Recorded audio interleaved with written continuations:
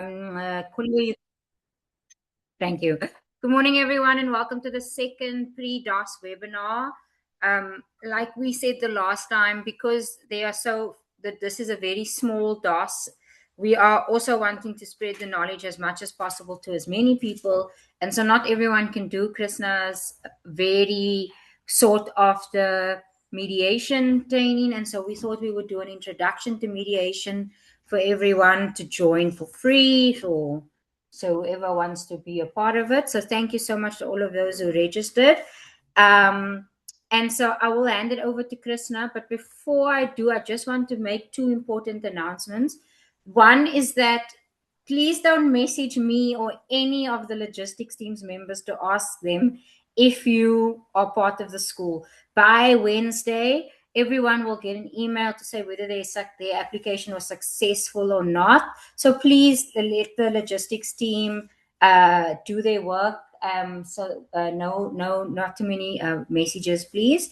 And then the same thing goes for this chat now. This session is about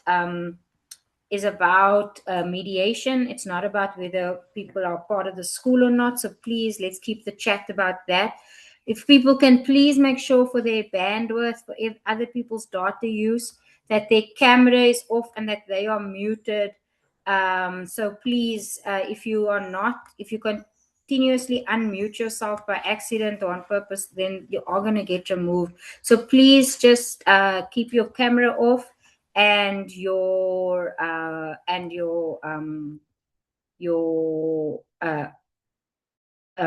video off, please.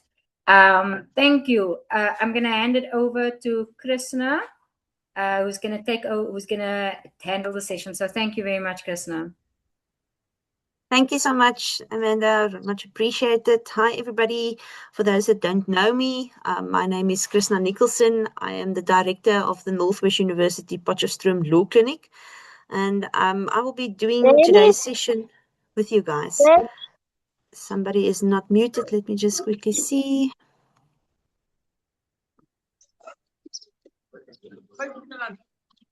If I can maybe just ask that everybody just keep their mics muted unless you've got a question. There we go. Robin Yanchis, please make sure that you are muted. Thank you very much. And then also just make sure that you are also not using your video, because that increases the bandwidth for everybody else. So some people have very good connections, others might not. So please just be cognizant of that as well. All right, so for today's session, guys, we're going to talk about mediation skills and just a little bit of an introduction towards mediation. Obviously, we don't have much time, so it's not going to be a full course on mediation whatsoever. It's just to introduce the concept to you and to allow you the opportunity to ask questions if there are any. Let me, before I share my screen and my slides, maybe just ask you guys with the raise of a hand.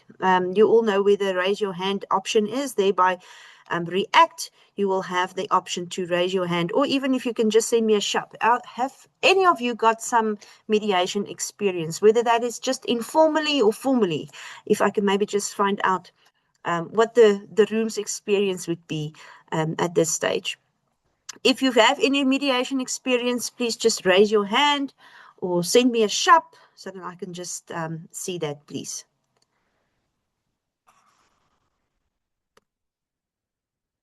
All right, so there is a few. Great stuff. All right, thanks, colleagues. I see there's a number of shops coming in now, so that's wonderful to see. I mean, most of us, I think, sometimes we think we never done mediation formally or anything. But, I mean, I've been a mediator since I was very small. I just didn't know it. I was always mediating things between my brothers that were fighting about things. And I was always the middleman trying to get them to have a discussion and to solve the issue. So it's quite interesting that if you go through this, you might realize that you've actually been mediating without knowing it. On an informal basis for quite some time. All right, so thank you so much for that. Let me just share my screen here. Oh no, I've not shared something that I'm not supposed to share. Those are my kitties. I don't think you're supposed to see it, but it's fine.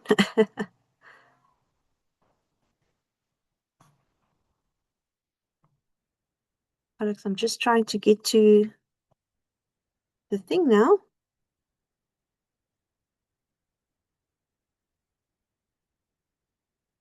My Zoom just disappeared. So just a moment, please.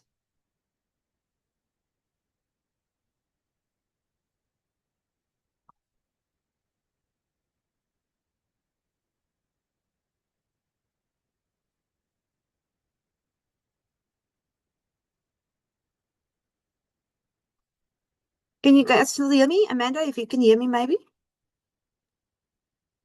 Yes, we can hear you. All right, great. For some reason, I've just gone out of Zoom entirely. I'm not sure why. So I'm just trying to quickly see what's going on here. It shows me, well, the screen is just gone. Yeah, you're definitely on screen. It's probably just changed the window. Don't worry, we can see and hear you. We just don't see your screen. Like even my slides disappeared. So that's, there we go. Let me try to reshare. I'm just going to share my entire screen. Then I know whatever I see, you guys see. That could possibly help a little bit more.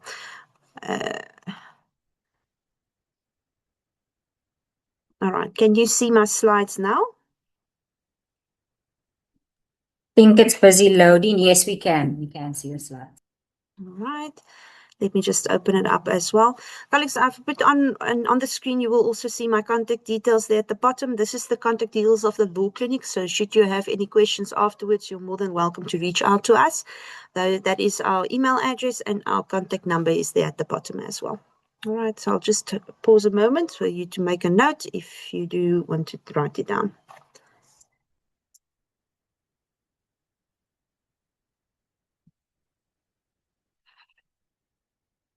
All right. We are quickly just going to do 2 mentees just to again test the baseline where we're at.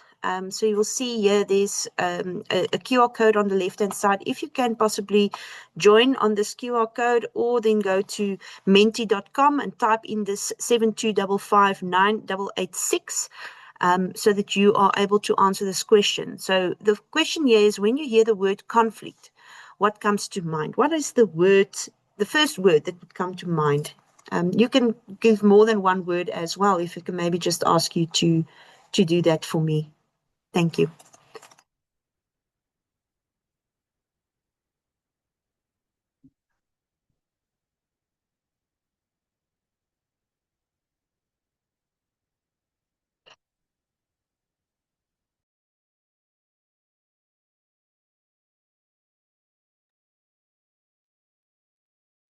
If you're struggling, please, guys, just go to your Google or your internet browser, type in menti.com, and then you can use the 72559886 is the code of this specific thing, and then you will be able to do it.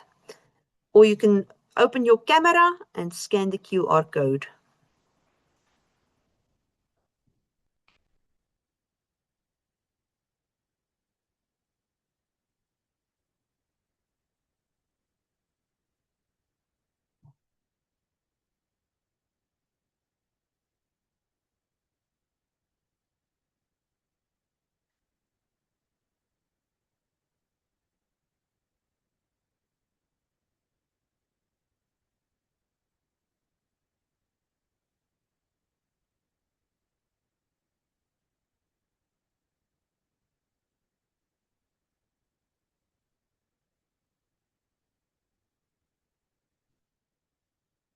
So I'll be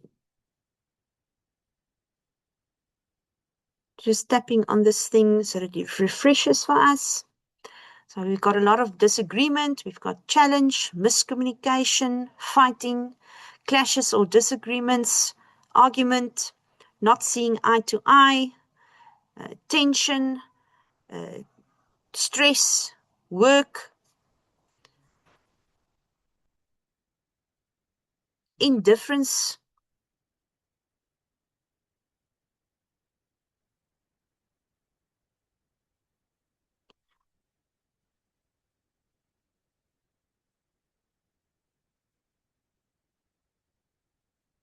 See in the chat, there's also clashes or disagreements, misunderstanding, miscommunication, arguments, confrontation, dispute, problems, violence, fighting, and so forth, tension.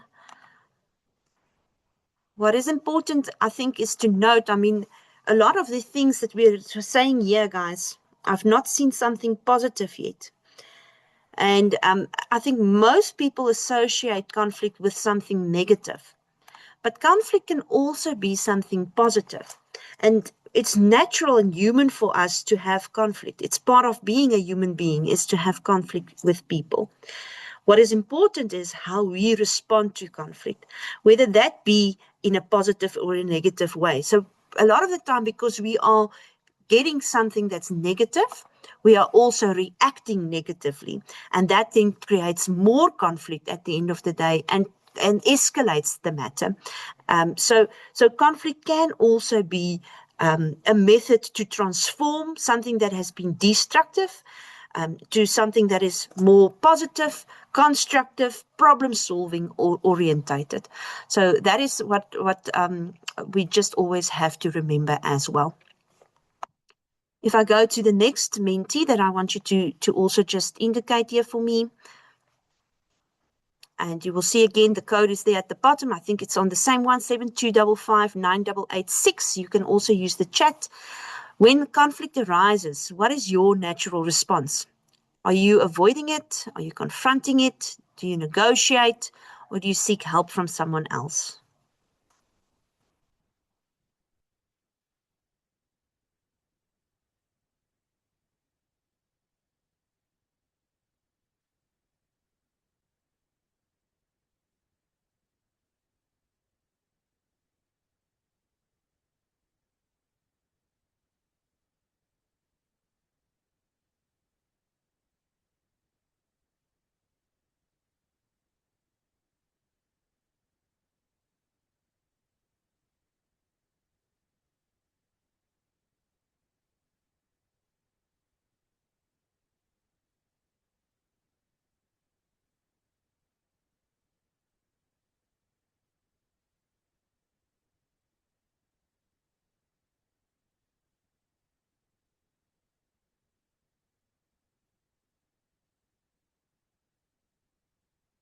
All right. So in this regard, colleagues, I think you can all see, I mean, there's various different responses here. Let me just let this thing refresh quickly. But I mean, a lot of the people said that they would confront it. They would try to negotiate. And I see in in the chat, somebody says, depends on the nature of the conflict, that will determine their approach. Negotiate, seek advice from somebody, avoid it, mediate, conciliate, advise.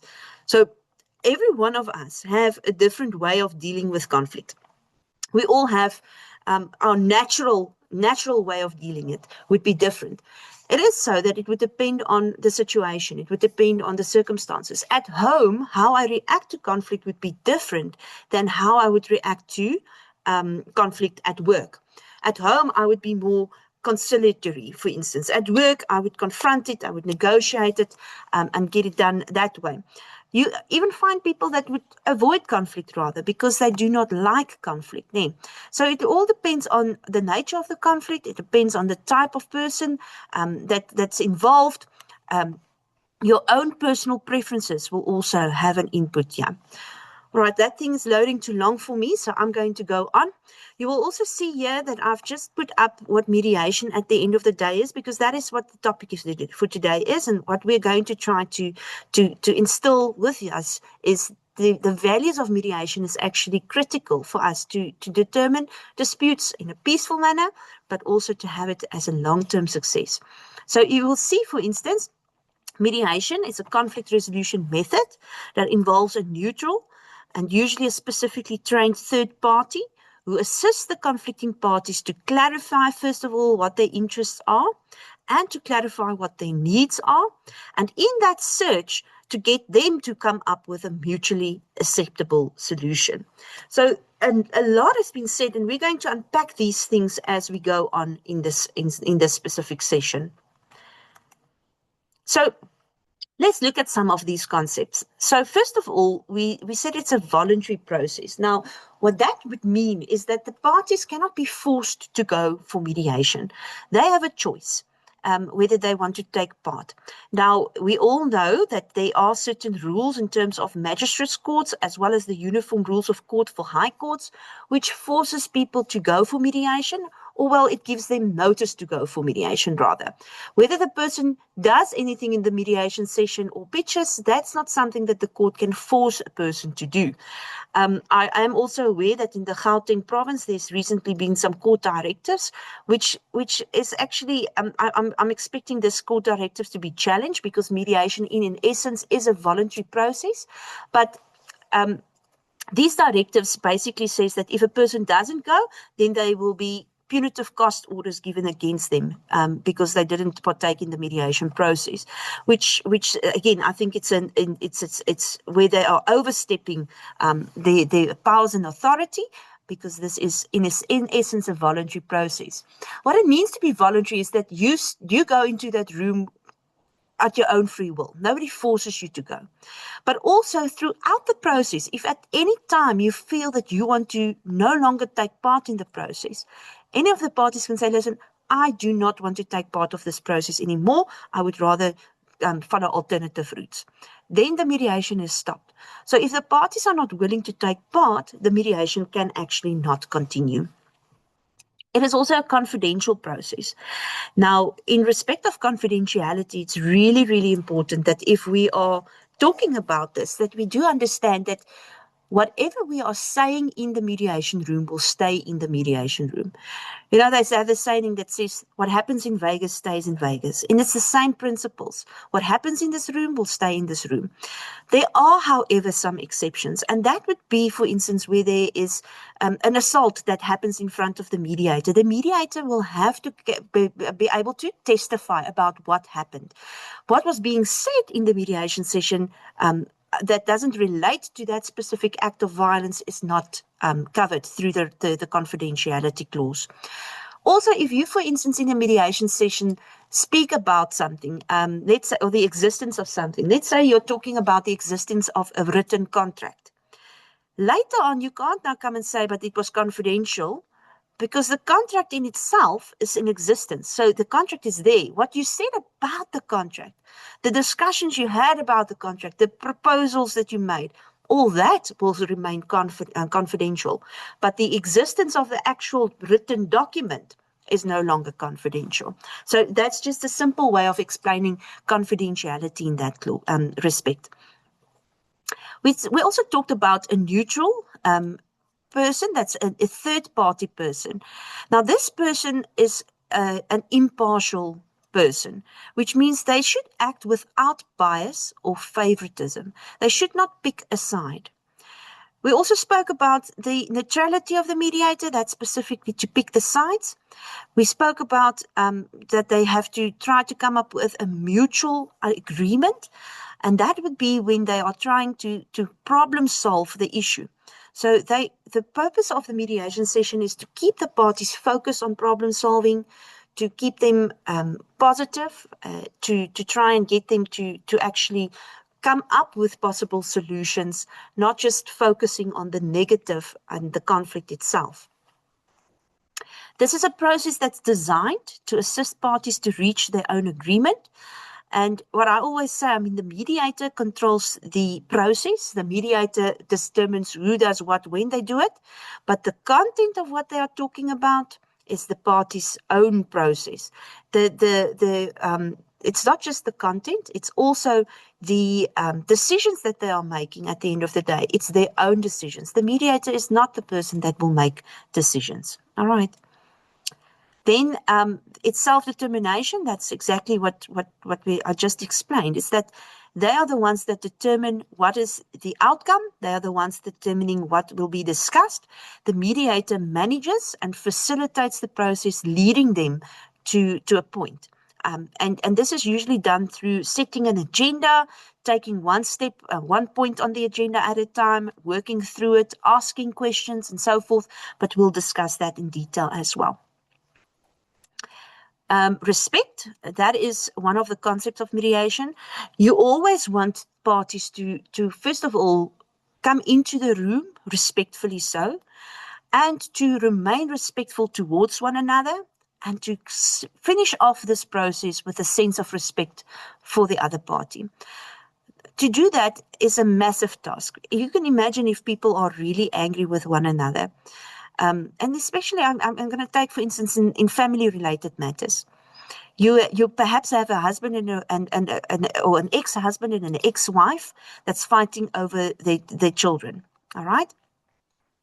For them to have respect to one another, it could be a position that these parties have had a very high conflict relationship for many, many years, and that they've totally lost all respect for one another.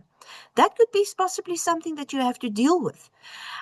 The mediator's job would be to instill values of, listen, let's not interrupt one another. Let's not, if we're talking to one another, let's do it respectfully. Let's not name call one another. Let's not curse. Let's not raise our voices. So there are certain rules that you have to instill, but then also throughout the process and throughout throughout the mediation session, you have to be positive and show them through your actions what it means to be professional, respectful, and also problem-orientated or problem-solving orientated rather. Instead of attacking the person and their characteristics and who they are, let's attack the problem and try to attack it through problem-solving. It's a very daunting process sometimes. Sometimes you also have to start doing some introspection, making sure that you are not picking sides, that you are not making or having your own biases influencing your decision making, how you are saying things, what you are asking the parties, and so forth. So there's a lot of different things that needs to be taken into account. Then there's also consensus orientation, which is very important. The parties themselves are the one that chooses what the outcome is. They are the one that comes up with a solution. They are the ones that has to agree to this solution as well.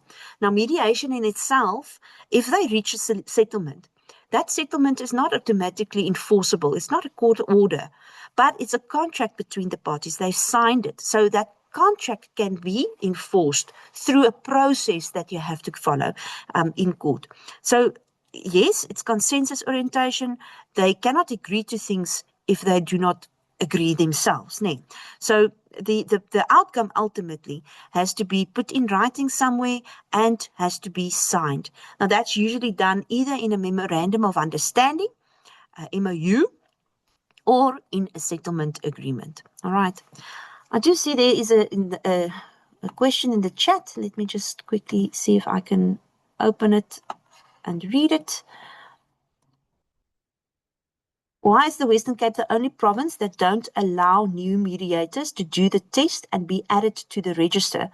There's only one company that currently doing all mediation work in courts, while we as paralegals are locally situated and also doing mediations.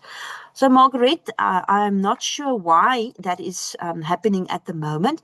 Remember, in South Africa, we are at a stage, there is no rules actually regulating who may mediate and who may not. There's no rules that says who's a qualified mediator. You do have a lot of organizations like SAAM, for instance, and different accreditation organizations, if I can put it like that. They call themselves that. You have to register and you have to be evaluated and you have to do a certain course, and then you put on the role of mediators for that specific organization. But there's no rule in South Africa that says you have to belong to either one of those organizations. What is important is that you make, you should perhaps speak to, first of all, the clerk of the magistrate's court to find out what is the process for that specific court. Like I say, I'm not sure why the Western Cape province is doing it this way. The rules in respect of magistrates, the magistrates court rules and the uniform rules of court for high courts allows you to become a mediator or to be registered as a mediator and then for matters to be referred to you. So I'm not sure why they are doing things this way. And so, first of all, maybe speak to the clerk of the court, speak to the head magistrate at that specific court, and also the court manager if they do not have answers for you. But if that is becoming an issue, it's something that perhaps you should also be taken up with the Department of Justice, because they are ultimately the ones that put you on the list. Nee. But yeah, according to me, the other provinces doesn't have issues, so I'm not sure in which area in the Western Cape this issue is arising. But first of all, start with your local courts. Don't jump the gun yet. Go to the local court and speak to those relevant parties, and perhaps they will be able to tell you, all right, this is the problem, this is what you need to do. But remember, there is no rules saying that you have to register with A, B, C, or D organizations that call themselves the mediating or associations or anything like that. All right. It could also possibly be that you simply just don't have the necessary qualifications that they were looking for. Usually with these type of things, there's a 40-hour course that you need to complete before you're accepted. And that course must be an accredited course as well. All right. All right, so this slide is basically just a summary of the differences between litigation, arbitration, mediation, and negotiation. I'm not going to go into too much detail here. What is important, what I think I should just maybe highlight is, I mean, we said now mediation is a voluntary process.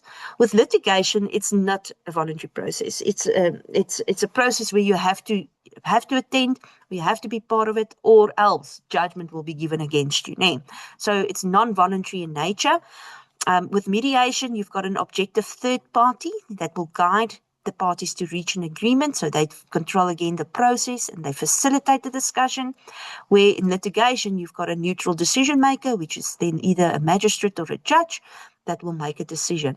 You can go and read the arbitration and negotiation ones on your own. With mediation, you have an agreement that's non-binding. Unless it's incorporated in a court order, then it becomes a binding agreement. Like I said, the agreement itself is a contract, but the contract can be enforced, but you first have to go and prove the existence and the validity of the contract to be able to enforce it. All right. With litigation, however, the decision is final. There is, however, appeal and review under certain circumstances that you can follow. It's informal to mediate. It's very formal to litigate. I mean, that's a very formal process as well. The mediator will determine the structure, the process, and the litigation will be dealt with in terms of applied rules. So the rules of court itself determines how litigation will be dealt with. With mediation, your focus should be on the relationships between the parties, the interest, and not necessarily the rules. It's also important to remember when we're talking about this, that the mediator is not a legal advisor. So your job is not there to give legal advice to any of the parties. If they want legal advice, they have to go to a legal practitioner or to a different paralegal to get legal advice. But ultimately, the mediator is not there to enforce any rules. They're there to focus on the relationship, the interests, and see how the parties can come up with an agreement that's mutually acceptable for them. Whereas with litigation, there is the principles of laws that needs to be applied, and you need to follow those principles and to prove elements of a specific claim before you're able to succeed. With litigation, obviously, if I'm saying you're able to succeed, there's a winner and there's a loser. One person usually wins the case, the other one loses the case. Whereas with mediation, the difference is that both parties usually find a mutually acceptable agreement. So it's called a win-win solution. Though you didn't get 100% that you wanted, you might have got an 80-80, but each one got what was most important to them. All right. And then with litigation, obviously, there's evidence that's presented. There's arguments that's presented to the magistrates as well. Whereas with mediation, there's no closing arguments or anything like that. The parties are talking to one another. Their attitude determines whether they would be successful. If they continuously have a positive attitude and see this as an opportunity to solve problems, obviously they are going to be successful. I do have to point out, and if you are one of the successful people that can do the training one day, I mean, the cost implication to have a matter mediated versus one that's litigated is tremendous. With mediation, you would probably spend about 2,000 to 3,000 rand for a very complex matter to finalize it. Whereas with litigation, it could be hundreds of thousands of rands, depending on which court and how long the matter is stretched out. Mediation, what makes it nice is that yes, the parties have the control and everything, but they are the ones that actually can indicate, listen, this is no longer working. It's a voluntary process. I don't want to do it anymore. I now can go on with any of the other routes, whether it's arbitration or litigation, to try to get this matter solved. But mediation, because of its informal nature, you are able to actually repair relationships between parties. You are able to have them actually be able to communicate with one another better in the future as well, because they learn how to talk to one another again. Okay. Then we're going to look at the role of the mediator. So I've mentioned most of these things as well. And what is important here is to remember that the mediator is just there to facilitate communication between the parties.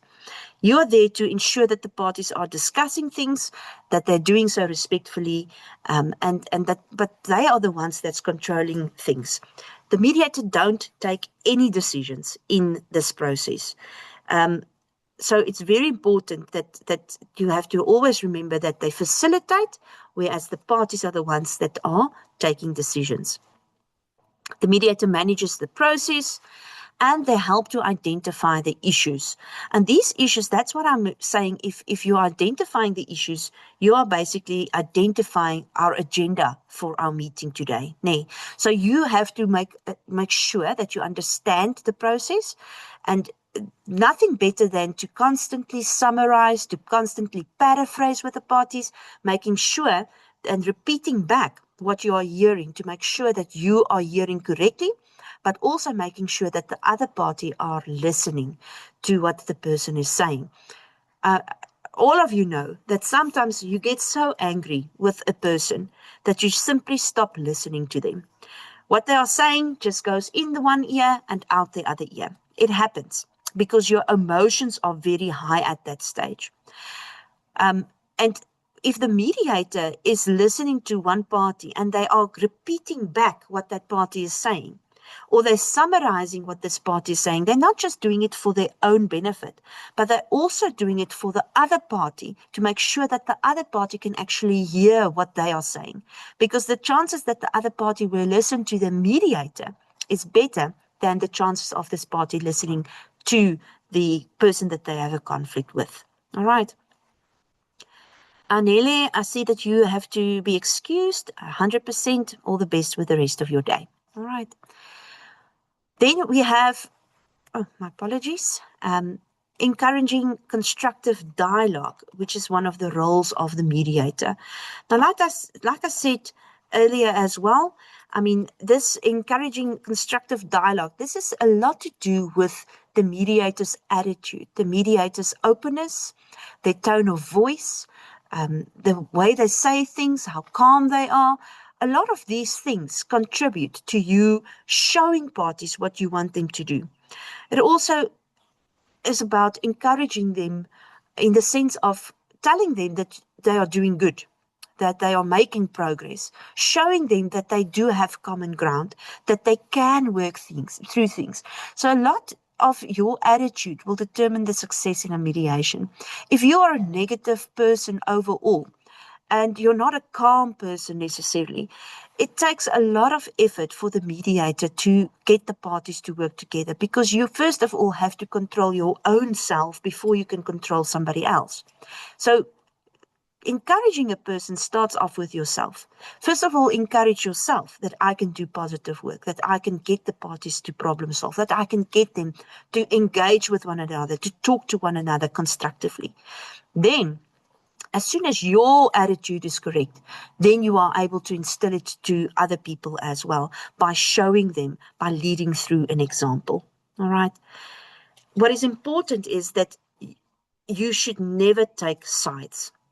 You cannot take sides, because soon as you do this, you are already demotivating people. And sometimes it even happens that the parties will say, I don't want to go on anymore, because it's clear that you've already decided I'm the wrong person and that person is the right person. The mediator's job is not to pick a side, but to help the parties to work through the problem. All right. Also important, I already mentioned this, that the mediator cannot provide legal services. So you cannot give legal services or advice. What's equally important is that you cannot provide counseling. Now, a lot of the time, people will say to you, you've been in this situation before. You've seen what can happen if this and this and this happens. You know how it feels if people do this and this and this. Never pick that side. Never start engaging with that conversation. You can rather say, I hear that you're upset, and then redirect the conversation to problem solving. So I hear that you are upset, but let's try and see if we cannot solve this specific issue before we move on to the other problems that I've identified now. So redirection of conversations is a very important tool that the mediator also uses. Also, your job is to assist parties to explore the different options on the table, to check which option will work the best. Some options might not 100% work. And I'm going to use a simple example. I once had this was still when I was still a candidate legal practitioner, which was in 2009, so many years ago. But the magistrate in a domestic violence matter, there was a matter between partners, and there was violence between them. I can't even recall whether it was physical violence or whatever the case may be, but there was violence between them. They were sharing one household. And the magistrate made an order that the house be divided. So the magistrate said, we're going to build a wall in the middle here. We're going to put in a door so that the one has access to the one part and the other one has access to the other part, and you're going to share this house. So that was the order of the court. All right. This order, is this a valid solution to the actual problem? Can it be enforced? Now, my first response was, how are we going to enforce it? Who is going to build this wall? Who's going to break the door? If it's not done, how are we enforcing it? Do we go to the police to do it, or do we go to the sheriff to do it? And the answer is, ultimately, it cannot be enforced. So making a decision is equally as important as making a court order in that instance. The decision that the parties are ultimately making must be enforceable, and it must actually solve the problem. If it's not solving the problem, then it will continue and things might escalate.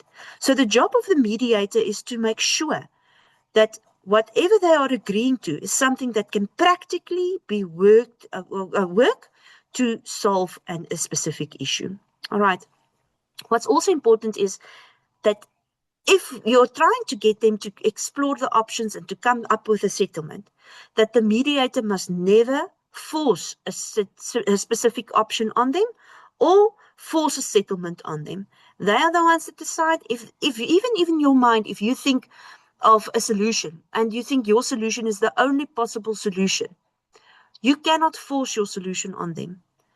Even if they make a decision and a settlement that you think won't work, it's still their decision to make. You must always just remember that you must leave open the door that they can come back to the mediation table if this solution is not working. Because in a lot of instances, the agreements, if it's not properly explored, the agreement itself will be something that they don't take part in. What I must also mention, I mean, that's a given fact. If people tell anybody to do something, and that person is angry with you, the chances that they're not going to do it is very high. So if the parties themselves can reach an agreement where they are happy with that agreement, the chances of them sticking to that for it to be a lasting and a durable agreement are much higher than the chances of an agreement being forced down their throats. So it's important that they must, from the get-go until the very end, feel that this is their process, it's their decisions, that their choices and options are being explored and respected at the end of the day. I do see in the chat there's a question here, does the mediator take sides or represent the one person? No, Brian, the mediator are not allowed to represent any one of those parties, nor is the mediator during the mediation session allowed to take any sides. You're absolutely impartial, absolutely neutral. You do not pick a side and you deal with it that way. Now, there are certain instances where you cannot mediate, and we'll talk about that as well, when mediation is not possible anymore because of the context, the circumstances of what has happened. But let's not jump the gun yet. We will get to that part as well. All right. Any other questions about the role of the mediator before we move on?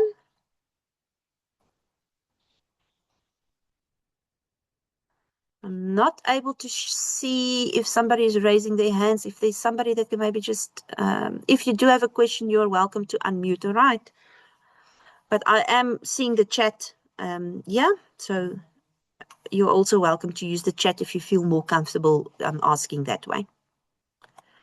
All right.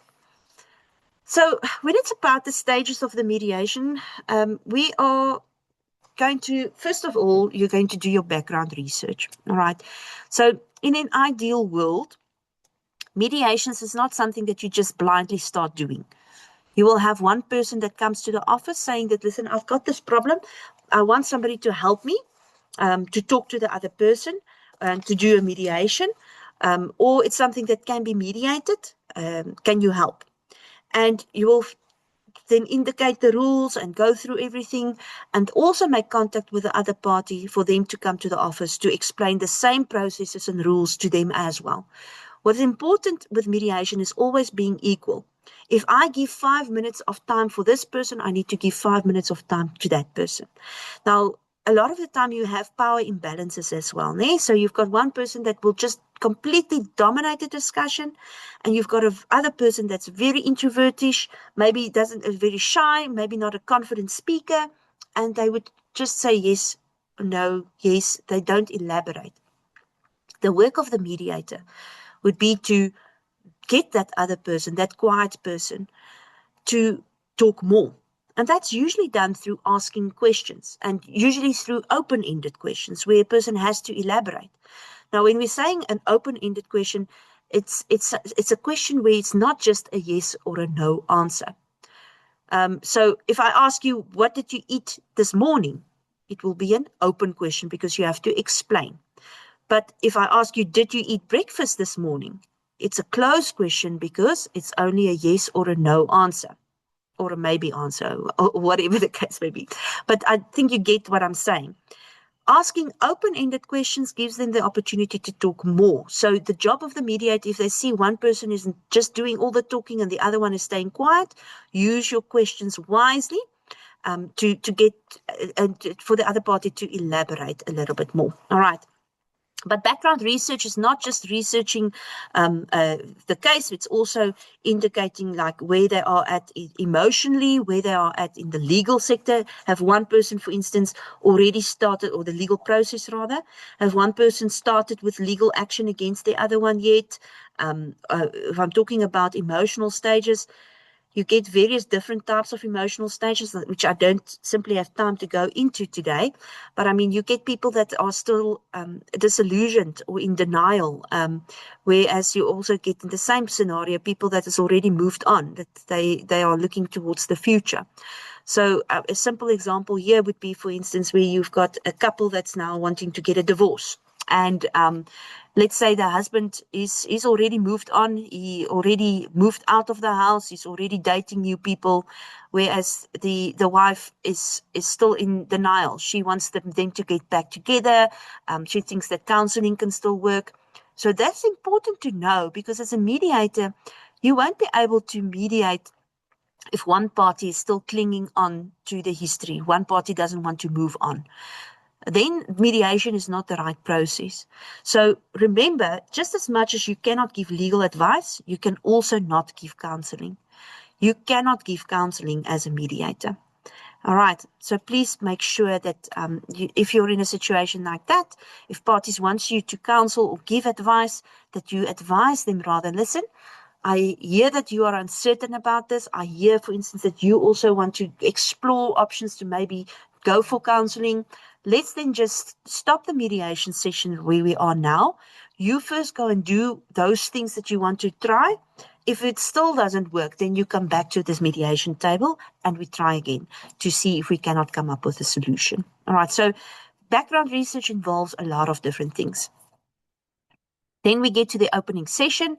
And I mean, the opening session, there's a lot of things that we're going to talk here about. This is your first session with the parties. So here, you first of all have to set the rules. You have to explain certain things. You have to explain confidentiality. You have to explain the voluntary nature of the thing.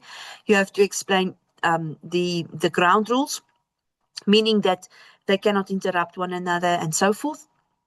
You have to explain the memorandum to mediate, or the agreement to mediate, which is an agreement that they sign that says that, okay, I'm willing to mediate, and this is how we're going to deal with all of the arrangements, like, for instance, who's going to pay for the mediator and so forth, if that is an option, and so forth. So the opening session is very important because what you're saying here will set the tone for the rest of the conversation to follow.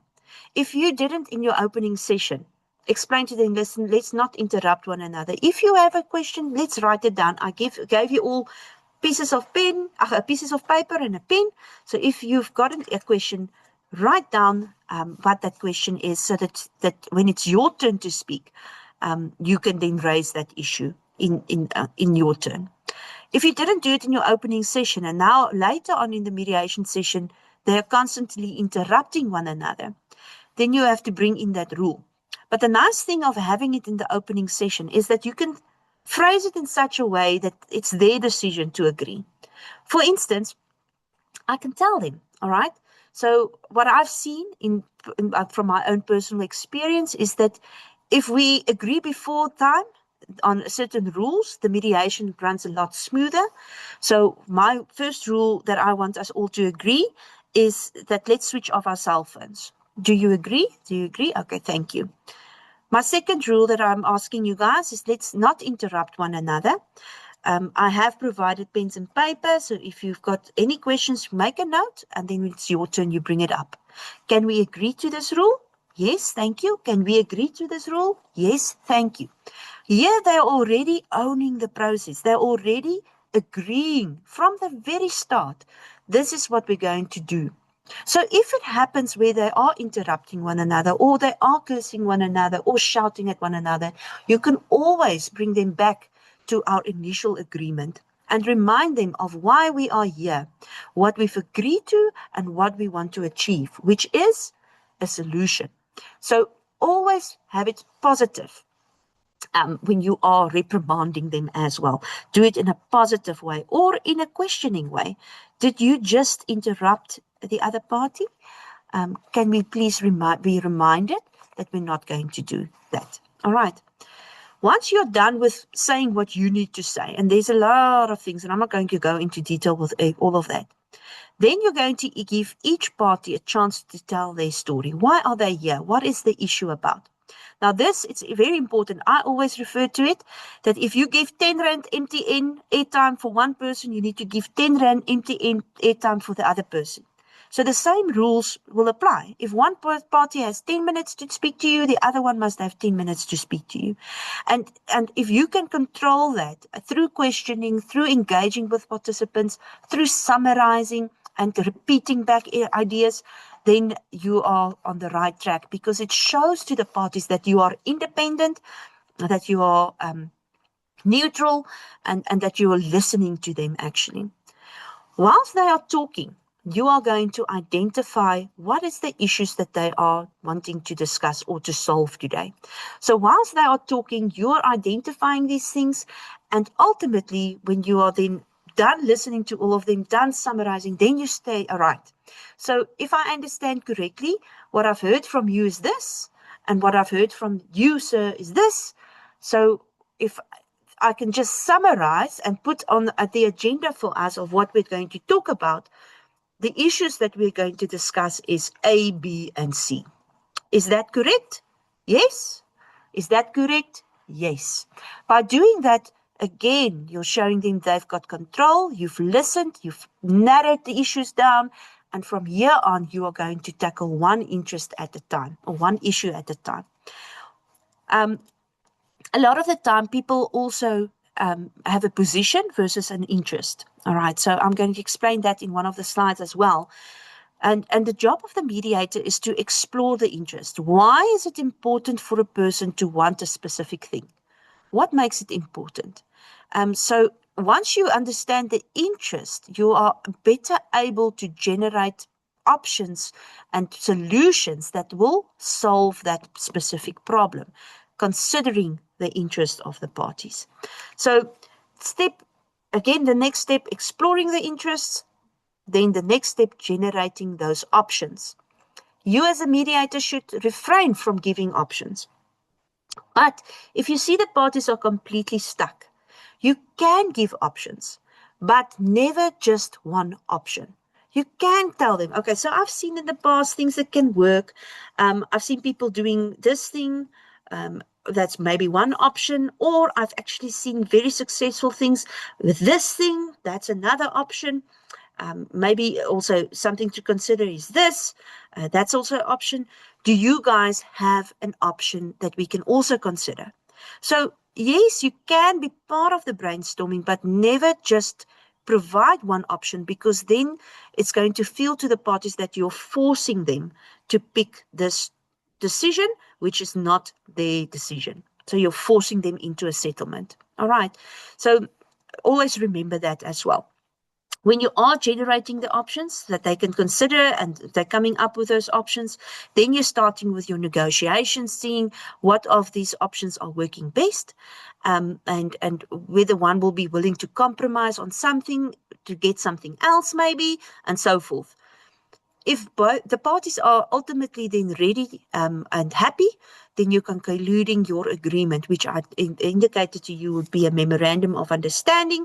If it's a formal agreement that you want to make a court order, then it has to be a settlement agreement, and these agreements will usually be drafted by an attorney so that it is in the correct legal language and so forth. All right. Okay. Any questions about that process before I explain the positions and interest part?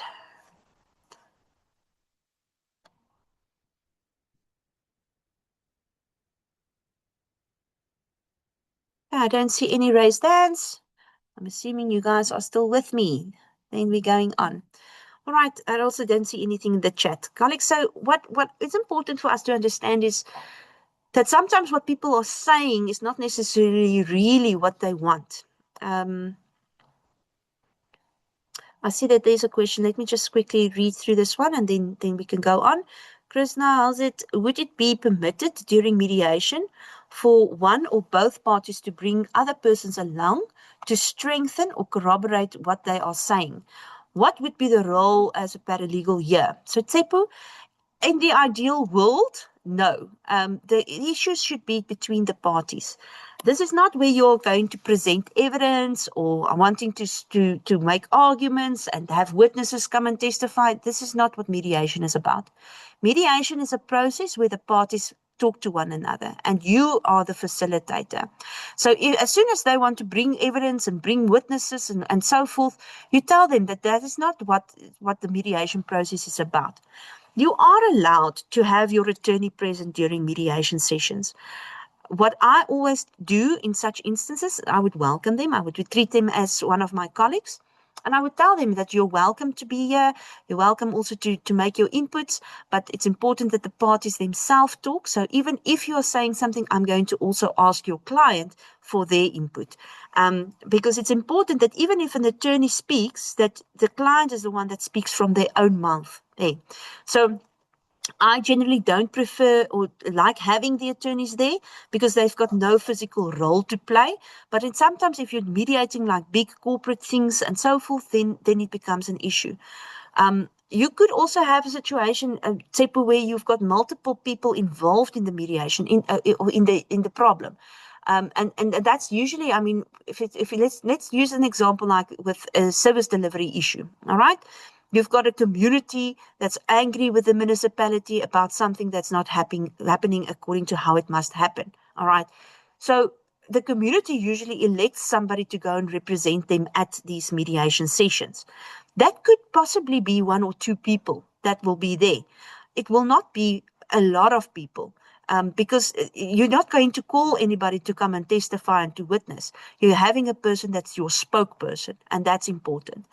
But then you get other types of examples that I can give you where there's multiple people involved with an issue. I'm going to use a simple example once again. Let's say it's about a child, and this child, the parents both passed away, and now we need to decide with whom this child will be staying. So it's an issue about the contact of this child, but also where they are going to have their primary residence, and then who's going to have its custody and contact. All right. So, and who's going to maintain and so forth. So it's a family decision that needs to be made. Then you will have a family group conference.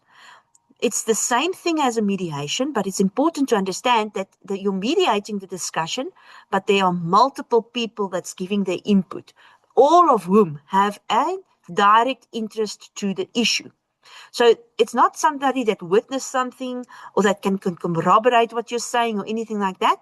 It's somebody that's involved. All right. So there's a fine line to distinguish. What is important is to remember always who's the ones that have the issue, and then limit the number of people. If there's multiple people having this issue, pick a spokesperson. Maybe there's 2, maybe there's 3, depending on the need. But pick it in a person that can represent the interest of the group. But for other instances, you might need to have everybody involved. So it depends a lot on the type of situation, and the context will matter to determine. So again, nobody's going to present evidence. You're not going to call witnesses to testify or anything like that. You're going to talk. And that is what the mediation is about. And the mediator's role is to facilitate that discussion. Okay. All right. So when it comes to positions versus interests, just in respect of this, colleagues, a position, it would be usually what I want. The interest would be why I would want that. So I've given here some examples. People usually start off with positions, and it's the job of the mediator to find out the interest. So a person might want to say in the mediation session, I want sole contact with the children, or I want their primary residence, or I want this or that. Why is important. That's what the interest is about. So it might come up that in the interest, if they say, I want that because I want stability and consistency for the children. Another example, position. I want the music to stop. Why? Because I need to sleep because I work early shifts. All of the interests is what's really the problem. And why you're going to focus on the interest is because having the other party understand the interest and being considerate of that interest is what your ultimate goal would be. Another example, the municipality must stop the housing development project immediately. Why? Because there's overcrowding, property values, there are concerns about traffic, safety, environmental impact, preserving the community character. So there's a number of different examples that I've provided here. What that could possibly be the interest. Another example, we refuse to pay higher municipal rates. Why? Because it's not affordable. We are having financial hardship. We believe that the services that's provided is not inadequate. It's not being provided. We want them to be more accountable and so forth. Another example, the municipality cannot approve the facility right now. Why can't the municipality do that? because they've got budget constraints, they've got competing priorities, they've got maintenance costs, there's legal procurement requirements that needs to be followed. So all of these things will help you ultimately not to explain, but to facilitate the discussion where the parties understand why people are saying what they are saying, because with greater understanding of the other party's side comes greater responsibility for the parties as well, and they can then get to an agreement to come up with brainstorming or solutions rather that would solve the issue for both parties. So understanding that interest ultimately helps you to get to a solution. So this is an example that we can quickly do. I see we are 10 past, almost at 10 past, but we're going to nonetheless quickly do this one. And I want you in the chat to maybe just answer these two questions. You will see here that there's a neighbor that complains that another neighbor's dog barks every night. So what is the likely position? If anybody can tell me, you're also welcome to raise your hand. What is the likely positions here? Or you can use the chat.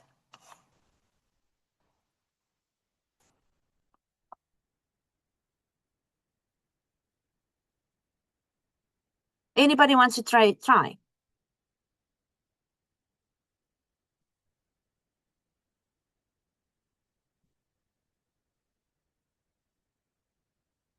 So let me help you with this one. All right.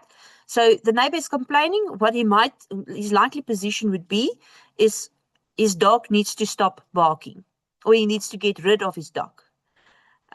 That's possibly what he wants named. So I see there are people that types, yeah, thank you. They want the neighbor's dog to stop barking. The dog must stop barking at nights. Perfect. Or the dog must stay in house or indoors at night so that it stops barking, or whatever the case may be. So there's different things that could come up in the mediation session. Position is the neighbor is to stop the barking. Interest, the neighbor cannot sleep. That is an interest. Wonderful. I see we've got the next one as well. Buy a mini house for the dogs and make sure it's in the house at night. That's a position. But it's also a possible solution. It's a dog's nature to bark. That could be one of the underlying interests. So with regards to the interest, the dog might be barking because there's people walking in the street. The dog is vigilant. The dog is protecting the neighborhood. So there are other underlying interests that could also be possibly brought up to create, once again, understanding of the different positions of the parties. All right. So position, the dog might bite the children.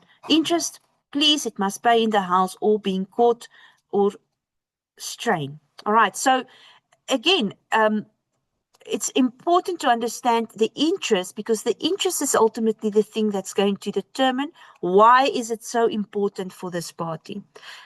The interest also helps you to determine, is there any possible other way in which the problem can be solved, in which they would be happy. So understanding these things do provide you with some leeway and somewhere to start to get more information. So find out, why is it important? What do you want? Why do you need this? These are all questions that will help you to understand the interests as well. There's another one, the dog has to be kept somewhere far from where it makes the noise. All right, so that's also a possible solution. It's not necessarily an interest, but it could also form part of a position, and then it could be a solution to the problem as well. So a lot of the times these things help you to identify possible things that you can bring up in the session to try them to get to brainstorming. Okay. All right, the skills of the mediator, a lot of these things I've already explained, guys. I've already mentioned summarizing, for instance. If you summarize, the more you summarize, the better. Because you're just not summarizing for the mediator themselves, they're also summarizing for the other party so that they can hear it again. Active listening, showing that you're listening actively is very important. It also creates that bond and that trust with the mediator that this person is actually listening to you, but they're doing so objectively and they're being neutral. All right. Reframing or paraphrasing, very important. Sometimes people say things in such a bad way out of frustration. And the work of the mediator would be to let's reframe this question. Let's see if we cannot, let's reframe the sentence and see if we cannot change this thing into a positive. All right. So I'll give you an example of that also on the next slide. Using questioning, very, very important. I explained to you also the role of open questions. It's super important to use that, especially if you've got one person that's really not speaking much. Open questions can help you to get more information and to get the parties to really actually understand what the person is trying to say on the other side. All right, and then reality testing, like I said, you need to make sure that the parties, when they are coming up with solutions, that these solutions can actually solve the problem. So it's very important to do that as well. All right, I see also in the chat, there was somebody that said, let's see what makes the dog barks firstly and what can be the possible solution of it. Wonderful. So understanding why is the dog barking really is, again, bringing back the interest and understanding the other person's side as well. All right. Managing emotions also. If you cannot manage the emotions of the parties, you are in trouble. But remember what I said from the very beginning is it starts off with managing yourself first. So manage your own emotions and then you manage the parties. What I mean with this is, I mean, a lot of instances, we've been through some of the things that the clients come into our offices with. We've been through that. We've experienced the pain. We know what they are talking about. But we cannot let our own biases, our own experiences or anything like that influence the process and affect our neutrality. We need to remain neutral. So we need to first manage our own emotions and remain neutral and impartial before we are able to manage the other party's emotions. And when we're saying managing emotions, again, we're not counseling. We recognize that they are upset. We recognize that they are angry. We recognize that they are hurt. But we move the conversation into a different direction. All right. And we motivate them to look towards the future rather than fixating on things that they cannot change. All right. Okay. Just a question, if anybody can tell me. Why do people struggle to listen during conflict? I did give some hints here and there. Can anybody tell me why people struggle to listen during a conflict?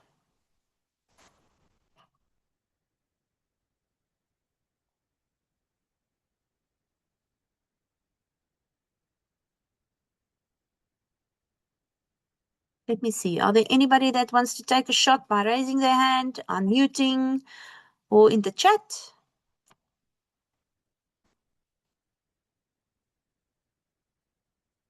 All right. Hurt, temper. Each person wants to prove a point. Emotions might hinder this. People listen because most people listen to react. Easily distracted. Very high emotions. Everyone's emotions are high and they want their point made or point to be valid. They're caught up in the emotions. 100%. Okay, so they want to win the case, eat up in moments and all of that. That's perfect. What happens when we're very emotional is it's literally like as part of our brain takes over. It temporarily disrupts our brain's function to make proper decisions. For instance, your rational part of your brain is overwhelmed by the emotional part of your brain. And sometimes we cannot think clearly. We're so angry, we cannot think. We're so hurt and crying and so forth that we cannot listen.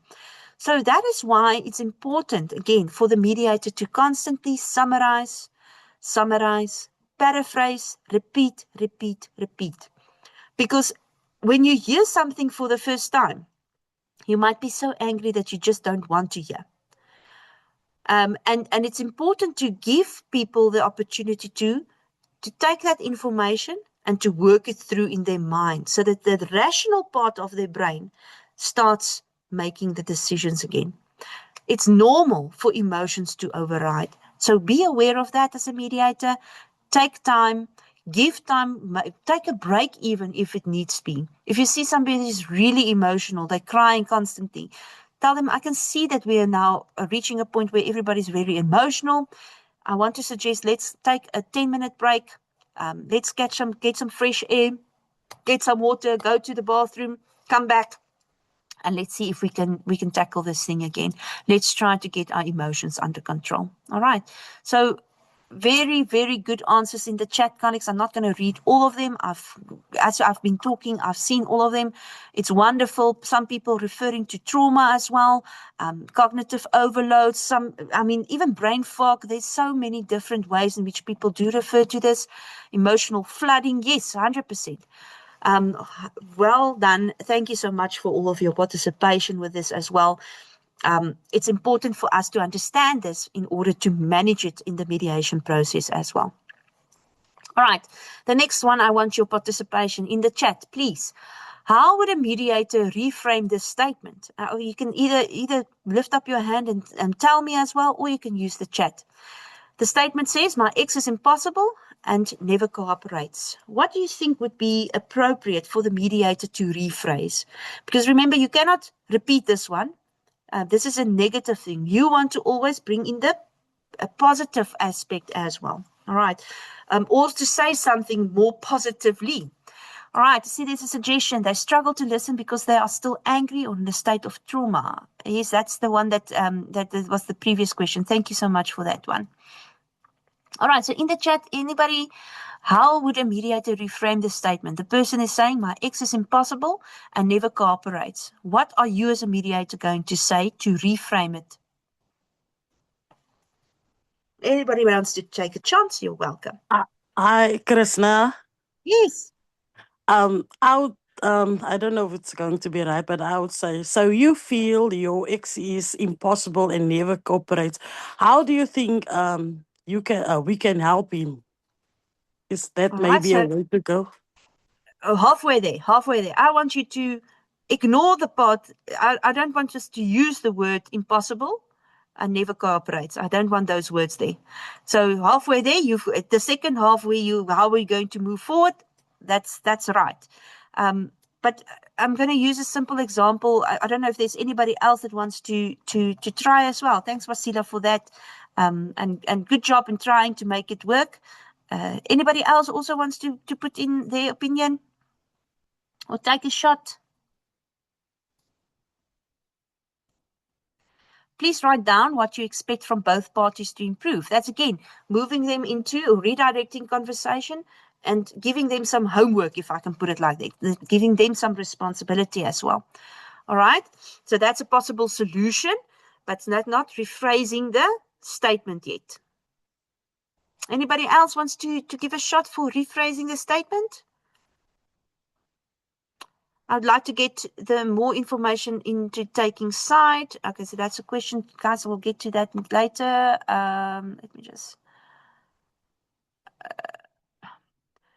You are saying your ex is not talking to you properly. All right, that's a good starting point. I would say you and your ex are having communication issues. Well done. That's a good one. You're feeling exhausted because you need a more predictable schedule. That's how a mediator can reframe the statement. Yeah, almost. I'm experiencing difficulty getting cooperation from my ex. Well done. See, we are having difficulty in finding common understanding. Well done. It seems you are frustrated because you feel attempt to work together haven't been successful. Well done. All right, so colleagues, that's great examples. Usually in such an instance, the mediator must say the same thing, but say it more positively. Ne? So I can see that the communication between you guys, or that you feel that the communication between you guys have broken down, or I can see that it has become difficult to communicate with one another constructively, and so forth. So all of these examples that you're saying in the chat, 100%, is ways in which you can change a very negative statement into something that's a bit more positive, and to change the mindset, because your job is to facilitate discussion, keeping them problem-solving focused. All right. So yes, you acknowledge, but you're acknowledging it in a more positive way, and you're changing the conversation into a positive, Let's work together. Let's see how we can solve it. So how would you solve this problem? What would you suggest would be better? And so forth. So great job, guys. I'm glad to see that you are listening. Very good. All right.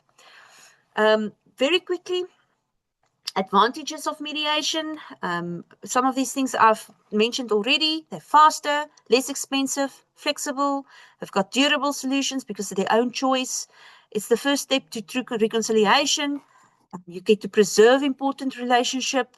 It strengthens those parties as well, their conflict resolution skills, because they can see that if I talk about things, I can actually solve it on my own.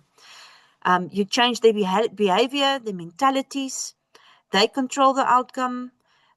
They have responsibility.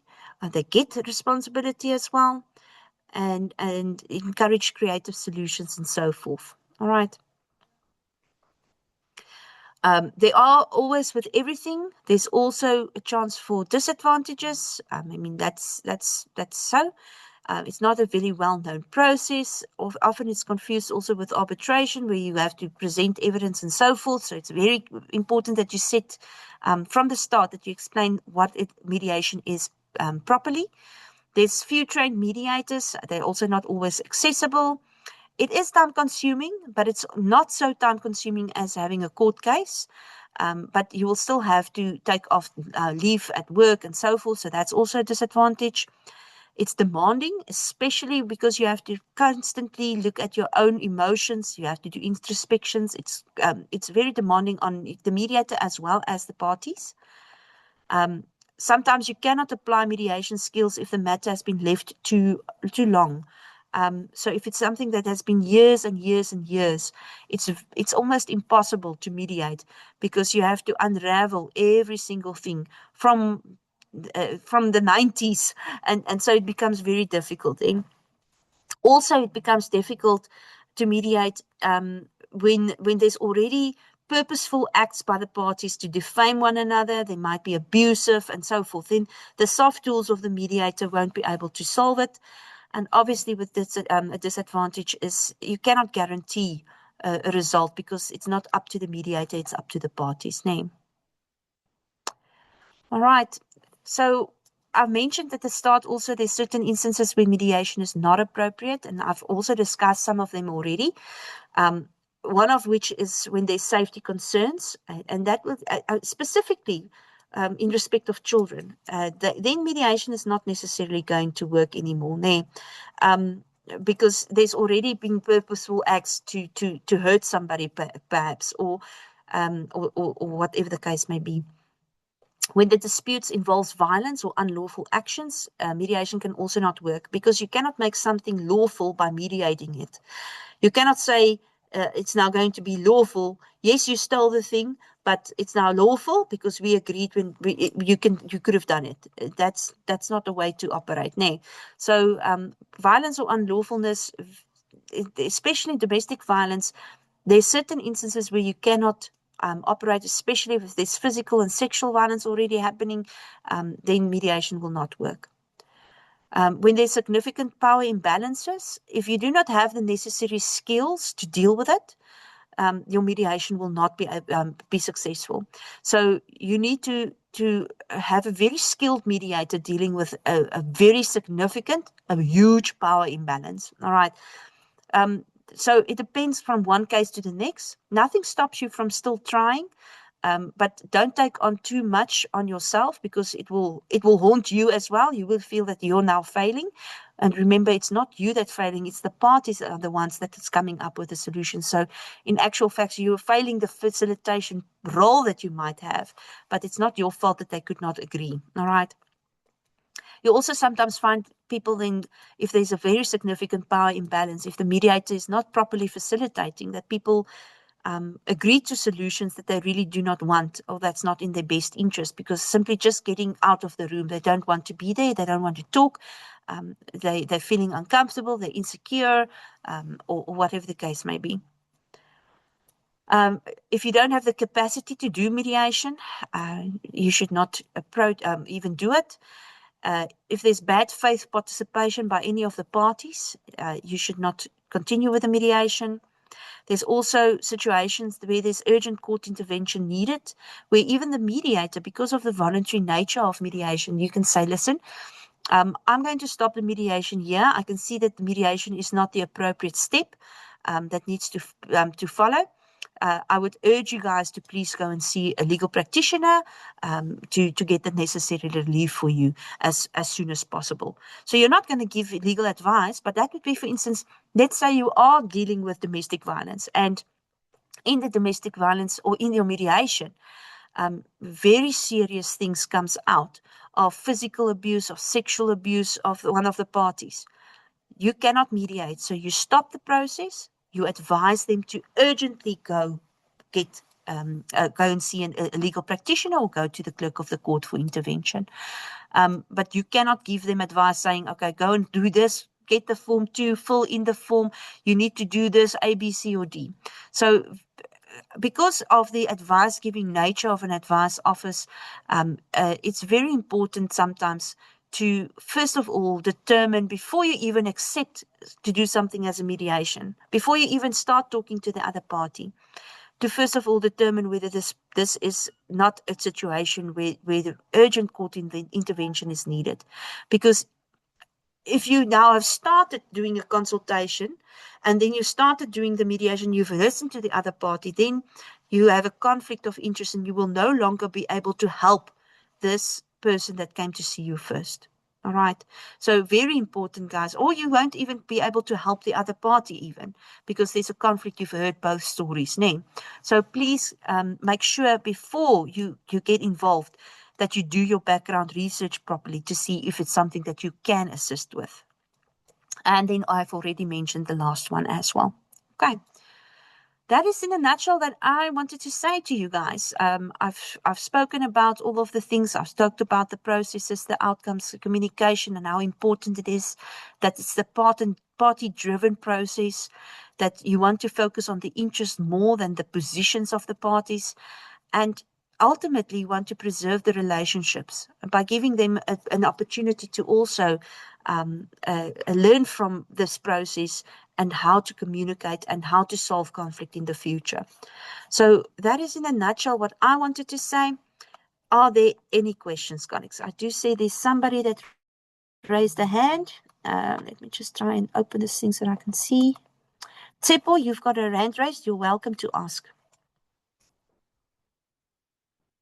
Thank you, Krishna. Here we go. Thank you, Yes. Krishna, and good afternoon to everyone that's in the chat.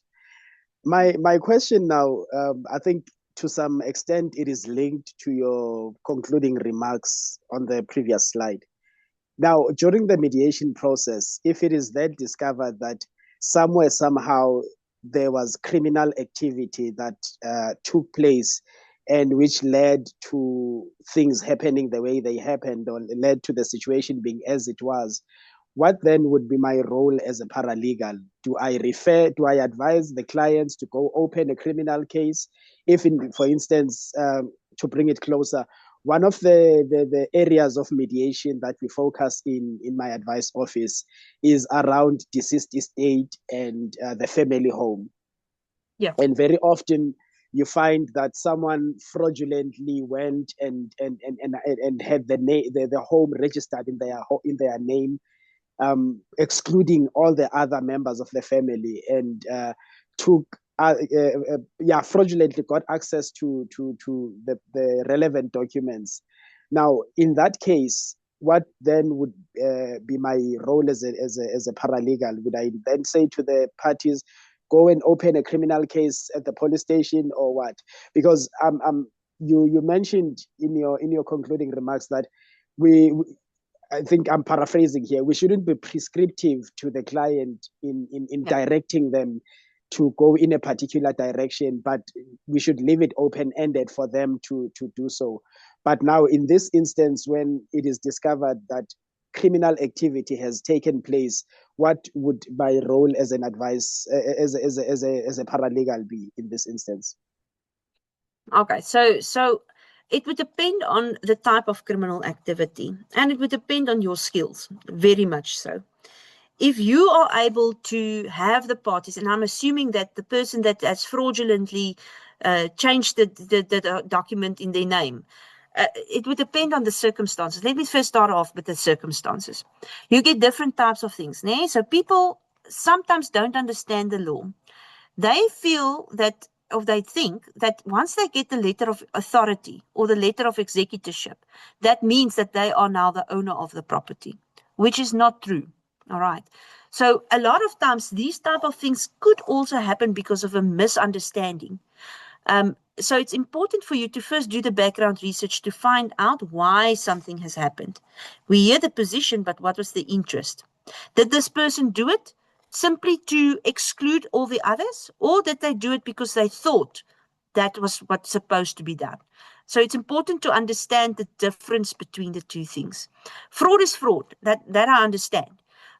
But sometimes people do things without really realizing that they are doing it fraudulently.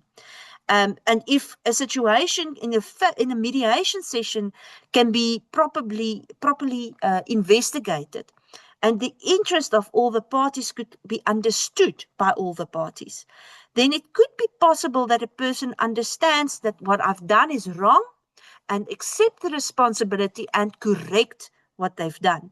So it depends largely on what has happened and why it has happened. Another example, all right, where we also fraud in the same type of example comes in. You sometimes find people that whilst the person is lying on their deathbed, they fabricate their signature or the will for this person and have the person sign something that they do not know. Is that something that can be mediated? No. No, it's it cannot. not. It is not, because that's willfully doing this. No, that's something that they had the intention of to defraud. So it depends very much on the circumstances and the context, and proper research is needed to be able to understand it.